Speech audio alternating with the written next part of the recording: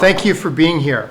And so we're here today to talk to you about the teacher residency programs, which is just a much more sensible way to get your credential if you're interested in either a multiple subject credential to teach in a K-8 classroom or an education specialist credential to teach in special education at basically any grade level. So first of all, just to give you an overview, this, like I said, it's for education specialist candidates, and Lisa will be talking more about that, as well as multiple subject credential candidates, and I'll be addressing that. And we also have options for bilingual Spanish credential candidates, as well as foundational level credentials in the STEM subjects of mathematics and science. So if you're interested in any of those things, let us know. And what this program is it places you for a full calendar year in a high-need school in one of our placement districts. And so you operate on the school district calendar rather than the San Jose State calendar as far as your field placement goes. Your coursework will still follow the regular SJSU calendar. So right now we're working with Franklin McKinley, which is a K-8 district in East San Jose, as well as Oak Grove, which is also a K-8 district that feeds the East Side Union High School district. We have a program in development with East Side Union High School district that's going to be focusing on ethnic studies. So if that's of interest, definitely let us know. And we're also in development with Gilroy, which is a K-12 district, and that's looking like it has education specialists, bilingual, and possibly other possibilities. So what's really good about this program, I think, from a candidate standpoint, is that you get a stipend as a resident. So normally when you're in your student teaching placement, you're just there, you're not getting paid for that. Whereas if you're a resident, you get a stipend, and you also have access to resident-only scholarships, including the $10,000 Chancellor's Office Residency Year Scholarship. So that's pretty nice. And then also, if you're committed to teaching in a high-need school, or actually whether you are or not, if you become a resident and the district chooses to hire you, you do have a commitment to the district. So keep that in mind if you're interested in this. And then just to give you a sense of really what we're going for with this model, particularly, we're interested in partnering with schools in East San Jose and other high needs areas. Gilroy is a little bit far flung and rural, so they're really interested in attracting strong teachers. We're also interested in partnering with East Palo Alto. That's going to be a little further down the line in all likelihood. But if you're a junior in the room, that might be a possibility for next year. And so what we're really looking at long term is creating a pipeline whereby students in those districts could see a vision to coming to San Jose State, enrolling in, for example, the program that you're in now, coming into our residency program afterwards, and then going back into their communities to teach. So, if that kind of a vision is appealing to you, that's what you become a part of by being in this program. All right, so some of the benefits we talked about already. So the numbers that you see up there are what current residents are getting. So current residents have $14,100 towards their tuition, and that was for summer, fall, and spring. It also includes books. It also includes the exams that they need to take to get their credentials. And then the stipend for this year was $2,500. They had priority registration for courses, and they're grouped with other residency fellows. Like I said, there's this year-long field placement with a mentor teacher. So generally, you'll stay with the same mentor through the full year. So you'll really have a strong co-teaching relationship with your mentor teacher. And what else? We talked about the calendar already. The other thing that you'll do, in fact, next week, we have a professional development for the residents and mentors. So you get additional training throughout the year that normal candidates don't have access to. You will have priority for interviews for openings in your host district if you complete the program successfully. And then if you're hired, there will be induction support tailored to you, because having been a resident, you'll be ahead of the curve. So there'll be induction that's specifically tailored to your needs. And so I think this is where Lisa talks more about the education specialist credential. So do you want me to pull up the mild moderate roadmap? Would that be helpful, or what would you like? Sure, if you want to pull up the roadmap. Just a little bit of background on the special education aspect of it. David was talking about how we're really looking to grow our own and provide additional support through a year-long clinical practice in the residency program. So if you have been paying attention to the news or listening to current events, you might know that there is currently a pretty severe shortage in special education. So we are in sort of a bad way in trying to, we need more special education teachers. And so actually the state has provided some additional funding for the residency programs for special education teachers. So we are seeing that we're getting some increased opportunities for candidates that choose a residency pathway to earning a special education credential. So I just want to make sure everybody knows there could be some funding with that. We also see it in our program as an accelerated pathway, in that you'll be able to earn your credential in a year, a summer, fall, and spring. So you'll have that credential at the end of the year. Our other pathways, our more traditional pathway in special education right now, is a 2-year program. So if you want to get through the program at a quicker pace and have some funding support to do that, the residency model might be an option that you're really interested in. David talked a little bit about the year-long clinical practice. Just want to expand on that, why that is important. Currently, we do 1 semester of student teaching, which is 15 weeks.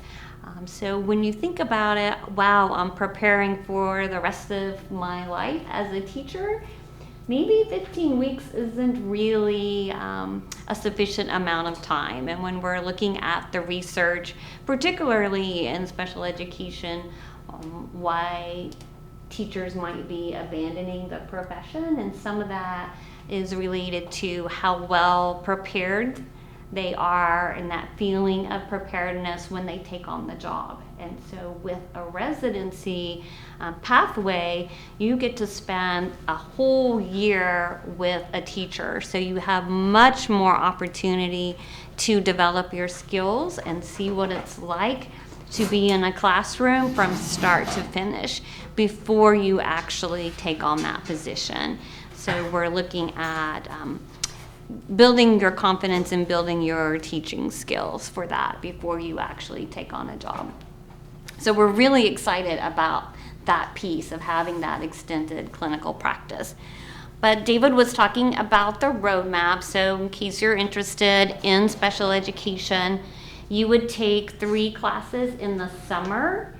Then you would take 18 units in the fall and 18 units in the spring. 6 of those 18 units each semester is your supervision course, right? So that means that you have a supervisor coming out and observing you teach with your master teacher. So that 6-unit course is not the same as your other academic classes where you're meeting on campus every week. That's your field work. That means you're in your field setting and you come to campus for seminars. So you would be taking essentially 4 of your more academic courses related to the credential, and then 6 units of a seminar class each semester. And you are done in a year's time. You're ready to apply for your preliminary credential. In special education, we have 3 different credentials that you can actually apply for. 2 of them enable you to teach kindergarten through 12th grade, actually through post-secondary. And those are based on level of need of the student. So if you might be interested in school-age students with mild moderate disabilities, we have that credential. We also have another credential if you're interested in working with students with more significant disabilities. We call that the moderate severe credential right now. And then we also have an early childhood if you are interested in working with students with disabilities who are birth to 5. We have a credential for that. So in the special education world, you choose your credential based on the type of student that you want to work with. And all 3 of those are eligible for the residency program. So any of those credentials, we can put you in a residency placement. Okay. David, you want to talk about your roadmap? All right. So I'll tell you a little bit more about the multiple subject options.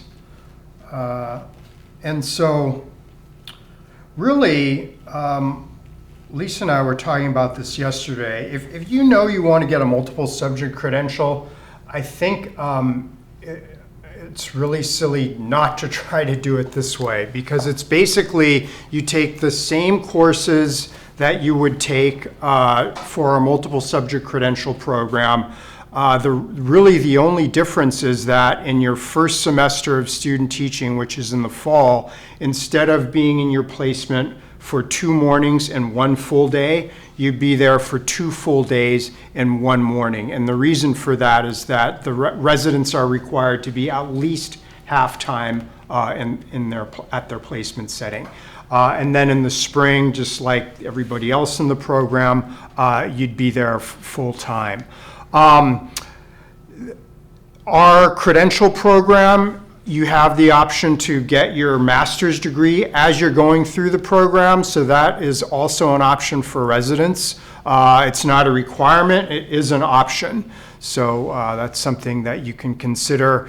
And then, as I mentioned earlier, we also have residencies for bilingual authorizations in Spanish. So if you're interested in teaching in a Spanish bilingual classroom, this program also can be for you.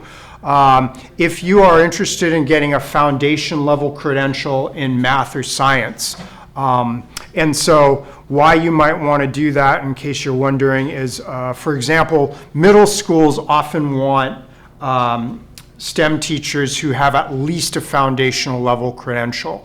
Often they won't hire math or science teachers at the middle school level if they don't have at least the foundational level credential. So you can get that through this program. And let's see, I mean, I think that's it. So the roadmap that you see here is basically the same as the roadmap that you would have if you came into our credential program as a full-time student. So again, the difference here is you're getting paid while you're doing that, and you have these additional scholarship opportunities. Plus, you have a hand-picked mentor.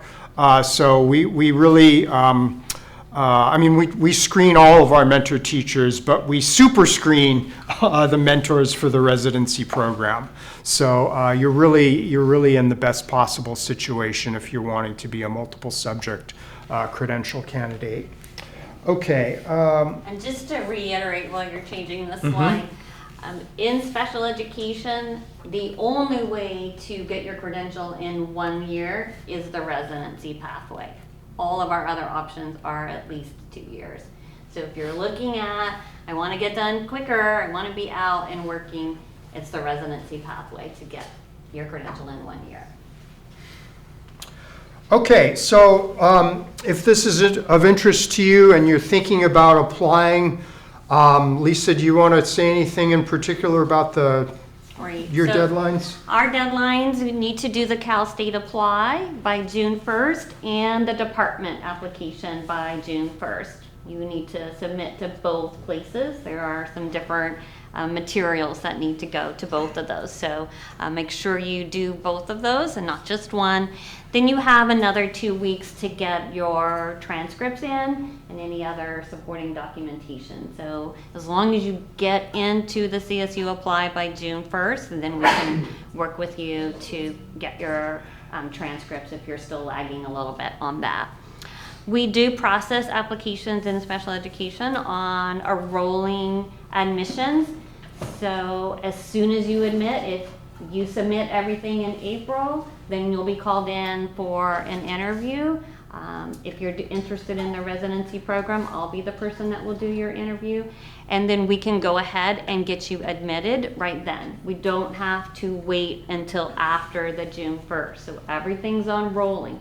We encourage you to submit early. Don't wait till the last minute, because you will be taking classes in the summer and we want to get everything processed. If you wait to June 1st to get your paperwork in, it's going to be rush to get you into those summer classes, right? So I strongly encourage you to do that earlier rather than later.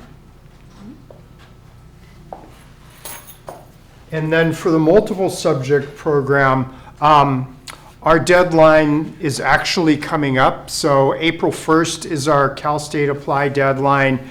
And then there are other deadlines that are a little bit after that. And there's a link there for all the directions for applying to our program. And then Susan, I can't remember if you have the link to these slides, but we can get them to you, and then so you all can get them from Susan, and you'll have those links.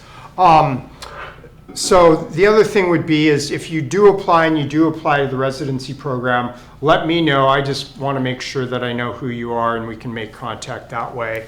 And then similarly, if you have any questions in advance of applying, definitely let either one of us know, and we can take your questions, if any, right now as well.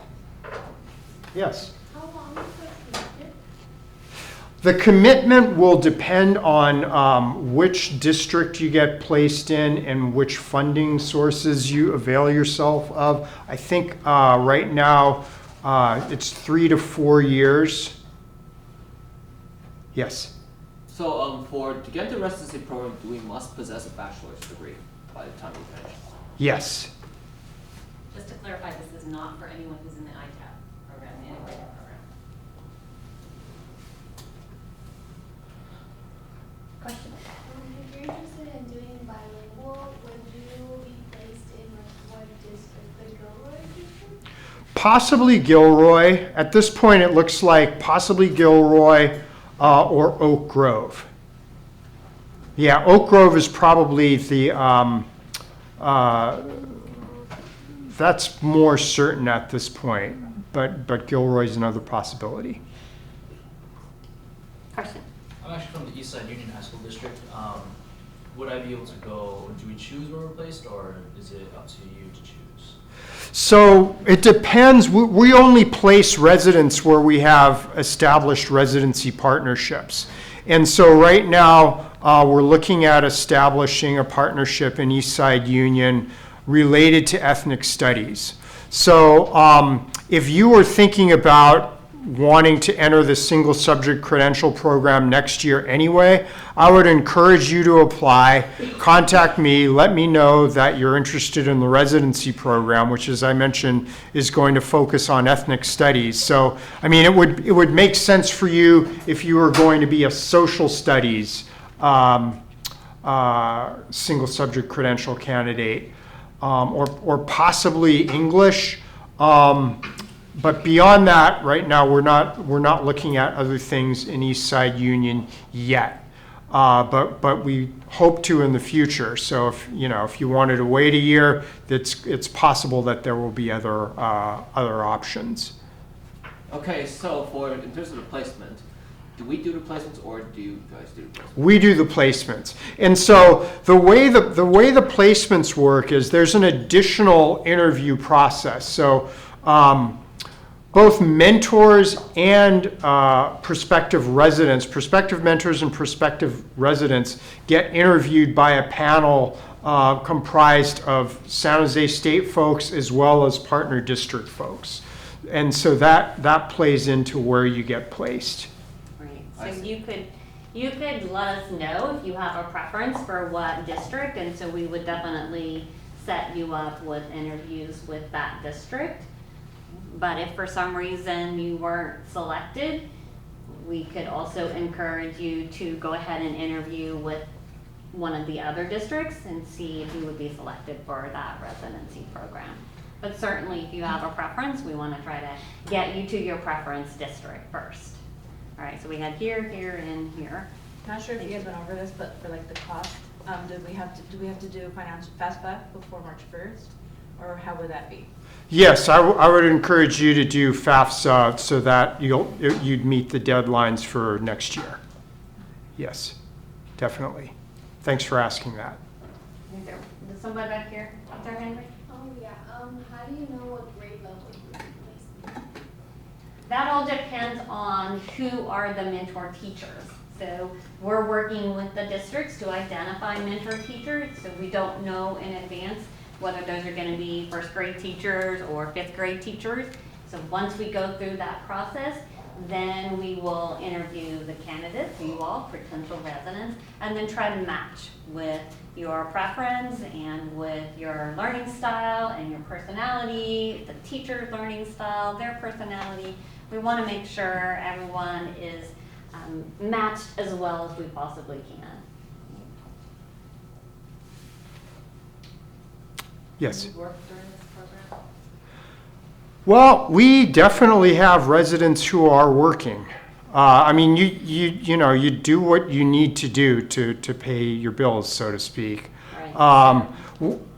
I mean, we certainly would prefer that you could really dig in and focus on the program first and foremost for your own health.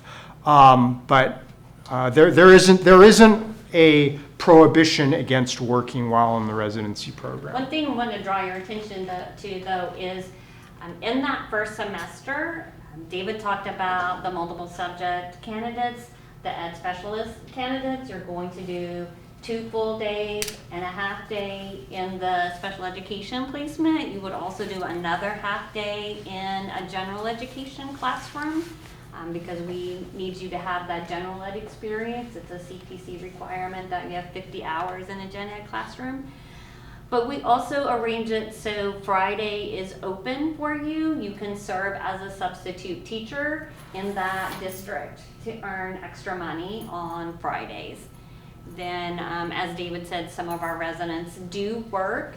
It just needs to be outside of school hours. So I know a couple of our ed specialist residents this past year have worked as Uber drivers on the weekend just to get a little extra money. They don't have to do an 8 to 5 job. They just do a couple of hours. But we are really trying to make sure that we have that funding for you to cover your tuition and help you with some additional stipends. But we know it's a sacrifice on your part. But hopefully the benefits will outweigh that, and recognizing that you're going to get your credential in a shorter time period to get you out into the workforce quicker. If you're good enough, then it's more likely that the district would choose to hire you. Is that correct? If you're good Yes. enough. Yes.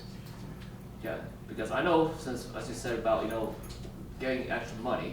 Because as a teacher, your downside is that your paycheck may not be as high as a tech worker, or unless if you teach for the Palo Alto School District, which is the highest paying district in the area.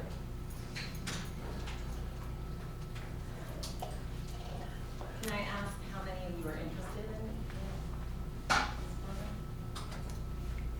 this program? Great.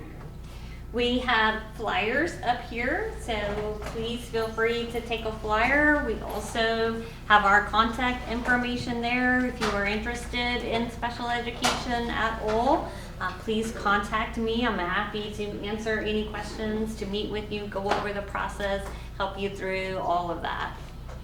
And likewise, if you end up applying to the multiple subject program, either bilingual STEM or just straight multiple subject, definitely let me know. And if you have any questions before you complete the application process, I'd be happy to try to answer them for you. Thanks very much for your interest, and we look forward to hearing from you. Thank you.